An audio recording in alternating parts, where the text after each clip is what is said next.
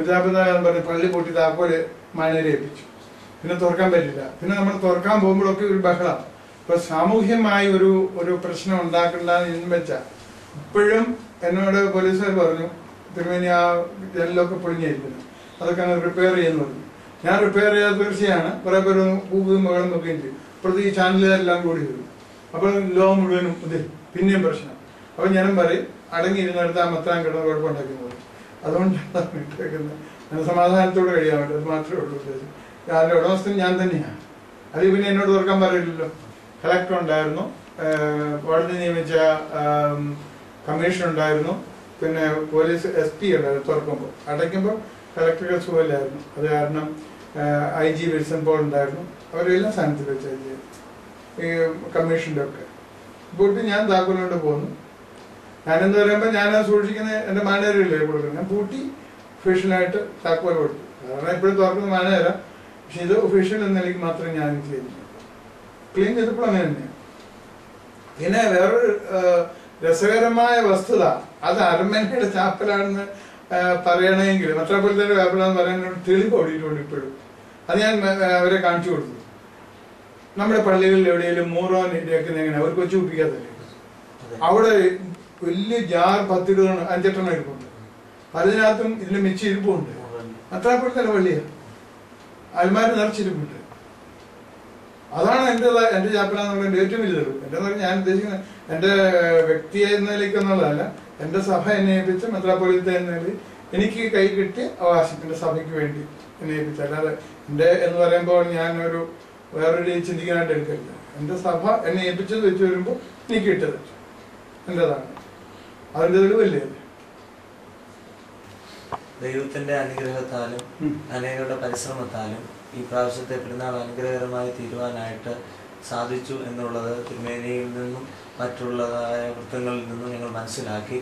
തുടർന്നുള്ളതായ വരും വർഷങ്ങളിലും ഇതുപോലെ എന്തെങ്കിലും സമാധാനപരമായ രീതിയിൽ ആരാധന നടത്താനും അല്ലെങ്കിൽ ഈ പള്ളി തുറന്ന് അക്രമമായ ആരാധന നടത്തുന്ന എന്തെങ്കിലും സംവിധാനങ്ങളോ നടപ്പിലാക്കുവാനായിട്ട് എന്തെങ്കിലും സാധ്യതയുണ്ടോ?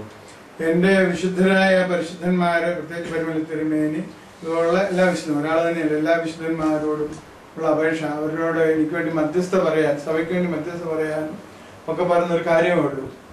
ഈ പ്രശ്നം ഇനി ഉണ്ടാവരുത്. അടുത്ത പെരുന്നാളിന് മുമ്പ് എന്ത് കഷ്ടപ്പെട്ടാലും വേണ്ടി കോടതിയിൽ വിധി സമ്പാദിച്ച് അത് നമുക്ക് തന്നെയാക്കി തരും. ഇതുവരെ എനിക്ക് സംശയം ഉണ്ടായിരുന്നു, അവർക്ക് വല്ലതും കിട്ടേണ്ടതാണ്, കിട്ടിക്കോട്ടുന്നു. പക്ഷെ ഇപ്പൊ എനിക്ക് പൂർണ്ണ ബോധ്യമുണ്ട് ഇത് ഓർത്തഡോക്സ് സഭയുടേതാണ്. ഏത് കാരണം കൊണ്ട് അവരുടെയാന്ന് പറയാനുള്ളത് ഒന്നുമില്ല.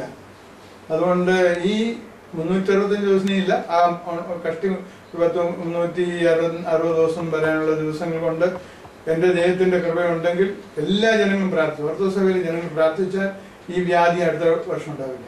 ഒരു വ്യാധിയാണ്. സഭയിൽ മറ്റേ അക്രൈസ്തരുടെ മുമ്പിൽ നമ്മെ ദുഷിക്കുന്ന ഒരു പരിപാടിയാണ് ഇനി ഇതുണ്ടാകുന്നത്. അതിന് എല്ലാ ജനങ്ങളോടും എനിക്ക് പറയാനുള്ളത് കണ്ണുനീരോട് പ്രാർത്ഥിക്കുന്നു. എല്ലാവരും ശരിക്ക് പ്രാർത്ഥിച്ചാൽ തീർച്ചയായിട്ടും ഈ കഷ്ടപ്പാടിനുണ്ടാവില്ല. അവിടെ സ്വസ്ഥമായിട്ട് ഞാൻ ഈ 3 നോമ്പിന്റെ അവസാനത്തിൽ ജനത്തിന് കൊടുത്ത മെസ്സേജിലും അതാ പറയുന്നത്, അടുത്ത വർഷം നമുക്ക് സ്വസ്ഥമായി ആരാധന നടത്തണം, ഇതിനി ഉണ്ടാവില്ല. ഒരു പക്ഷേ ഈ 3 നോമ്പ് നിരുവായക്കാരുടെ കഷ്ടപ്പാട് മാറിയതുപോലെ നമുക്കും കഷ്ടപ്പാട് മാറ്റാനായിരിക്കുന്നത്. നീ ഇതുപോലെ നടക്കുമെന്നല്ല, നീ ഉണ്ടാവാത്ത രീതിയിൽ ഒരു സാധാരണ ഒരു അരമന പോലെയും അതിന്റെ ചാപ്പിൽ പോലെ അനുഗ്രഹമായി തീരാനായിട്ട് ഇടവരുത്തും എന്നാണ് എന്റെ വിശ്വാസം. അത് എന്റെ മിടുക്കൊണ്ടൊന്നുമല്ല, ദൈവത്തിന്റെ കരുണ ഉണ്ടാകാൻ സാധിക്കും. തീർച്ചയായിട്ടും പല കാര്യങ്ങൾ കൊണ്ടും ഞാനിപ്പോ ഇങ്ങനെ ഇടയ്ക്ക് വരും, പരിമൽ ഇവിടെ വന്ന് പ്രാർത്ഥിക്കും, ചില ഒരു മനസ്സിൽ തോന്നൽ വരുന്നതുകൊണ്ടും വിളിച്ചതില്ല. അത് തീർച്ചയായിട്ടും അങ്ങനെ ഉണ്ടാവുമെന്ന് എന്റെ വിശ്വാസം.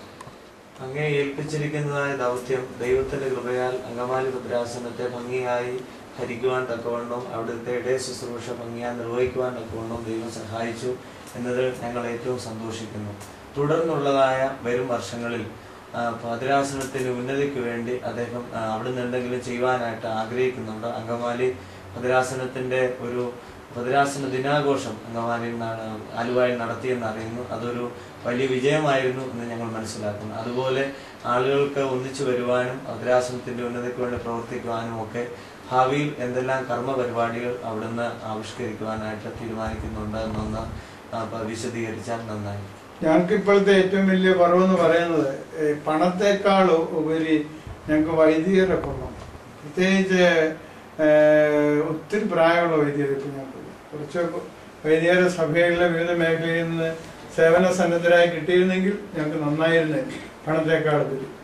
പിന്നെ എനിക്ക് ഇപ്പോൾ ചിന്ത, ഇപ്പം അവിടെയുള്ള പല പള്ളികളിലും ഒത്തിരി ഇടവക്കാടുള്ള പള്ളികളാണ്, പല മേഖലകളിലും പള്ളികൾ ഇല്ലാത്തതുണ്ട്. അവിടെയൊക്കെ കൊച്ചു കൊച്ചു ചാപ്പലുകൾ ഉണ്ടാക്കാനും, അതുപോലെ തന്നെ കേസിന്റെ കാര്യം നമുക്കൊന്നും പറയാനോ പറ്റില്ല, അരമനയിലെ പറഞ്ഞ പോലെ അല്ല, മറ്റേത് പിന്നെ എൻ്റെ വഴിക്ക് കോട്ടയം ചെയ്തു.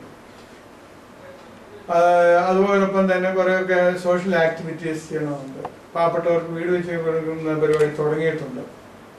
പിന്നെ ജനങ്ങളെ സംബന്ധിച്ച് എനിക്കൊരു തൃപ്തിയുള്ളത് എന്താണെന്ന് വെച്ചാൽ അവരെല്ലാം ഈ പെരുന്നാളിനായാലും ഭദ്രാസനത്തെ കുറിച്ച് പറഞ്ഞില്ല, അതിനായാലും കാതോലിക ദിനത്തിൻ്റെതായാലും അവിടെ ഭദ്രാസനത്തിന് വെച്ച് കവർ കളക്ഷൻ ഉണ്ട്. വെറുതെ ഒന്ന് കൊടുത്തതാ, എന്തൊരു റെസ്പോൺസാണെന്നറിയാമോ? അപ്പൊ അതിൽ തന്നെ ജനത്തിന്റെ താല്പര്യം, അവർക്കെന്തോ കുറെ നാളായിട്ട് കിട്ടാൻ എന്തോ കിട്ടുന്നു എന്നൊരു തോന്നൽ, അവർക്ക് ഒത്തിരി ഒത്തുകൂടാനും ഒക്കെ ഉള്ള അവസരം കിട്ടുന്നു. അത് തന്നെയാണ് പിന്നെ ആവേശഭരിതമാണ്. അവരോടെല്ലാം ഞാൻ പറയാറുണ്ട്, രാഷ്ട്രീയ കൂടിവരവ് പോലെ അവരുടെ പ്രാർത്ഥിക്കണം, രണ്ടു നേരമുള്ള പ്രാർത്ഥന വേണം, നോമ്പുവാകും വിട്ടുകളയരുത്. അത് കുറെ പേരൊക്കെ ചെയ്യുന്നുണ്ടാവണം. അതായത് അത് എല്ലാം ഭംഗിയായി വരുന്നു. ഒരു ഉണർവ് അവരുടെ ഭാഗത്തു നിന്നുണ്ട്. പ്രായമുള്ള അച്ഛന്മാരാണെങ്കിലും അവരുടെ ഭാഗത്തു നിന്നും അവർക്ക് അവരാലാവുന്ന സഹായങ്ങളൊക്കെ ചെയ്യുന്നുണ്ട്. ആദ്യം ഞാൻ ചെന്നപ്പോൾ ഉണ്ടായിരുന്ന ഒരു പ്രശ്നം, 3-4 ഗ്രൂപ്പുണ്ട് അവിടെ. ഈ ഇടക്കാലത്ത് പല മാറ്റിമറിച്ചിൽ വന്നതിന്റെ എല്ലാം ഗ്രൂപ്പുണ്ട്. അത് ഒന്ന് കെട്ടടങ്ങി വരുന്നു. അങ്ങനെ പോയാലൊക്കെ ഇല്ലെന്ന് മിക്കവാറും എല്ലാ വൈദികർക്കും ജനങ്ങൾക്കും തോന്നി തുടങ്ങി. അത് കെട്ടടങ്ങി വരുന്നു. മുഴുവൻ കെട്ടടങ്ങി എന്ന് ഞാൻ പറയുന്നില്ല, കെട്ടടങ്ങി വരുന്നു. അതായത് തന്നെ ശ്വാസം മുട്ടിച്ചോണ്ടിരുന്നു.